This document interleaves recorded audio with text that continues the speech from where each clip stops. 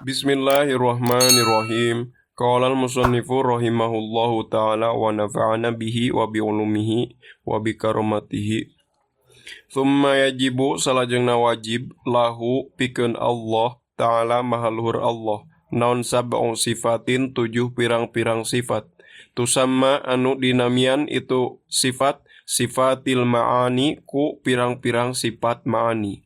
Wahya sareng ari itu sifatil ma'ani al-qudratu eta sifat kudroh hartosna kawasa wal irodatu sareng sifat irodah hartosna kersa al-muta'alliqoni anu cumantel duanana bijami'il mumkinati kana sakabeh pirang-pirang perkara anu mumkinatul wujud hartosna mungkin ayana wal ilmu sareng sifat ilmu al-muta'alliqu anu cumantel itu sifat ilmu bijami'il wajibati kana sakabeh pirang-pirang perkara anu wajibul wujud wal jaizati sareng kana sakabeh pirang-pirang perkara anu jaizul wujud wal mustahilati sareng kana sakabeh pirang-pirang perkara anu mustahilul wujud wal hayatu sareng sifat hayah hartosna maha hirup.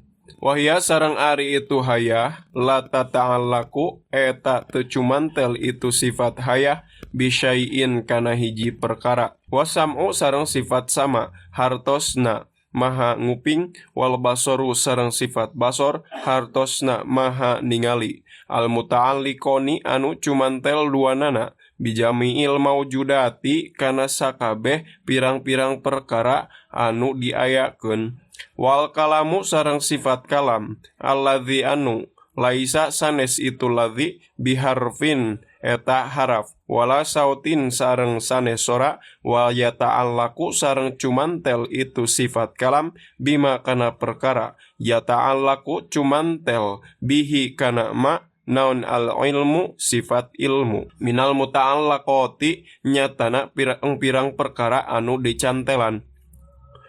Tsumma sab'u sifatin salajengna 7 pirang-pirang sifat. Tusama anu dinamian itu sab'u sifah sifatin ku pirang-pirang sifat maknawiyatan anu bangsa maknawiyah.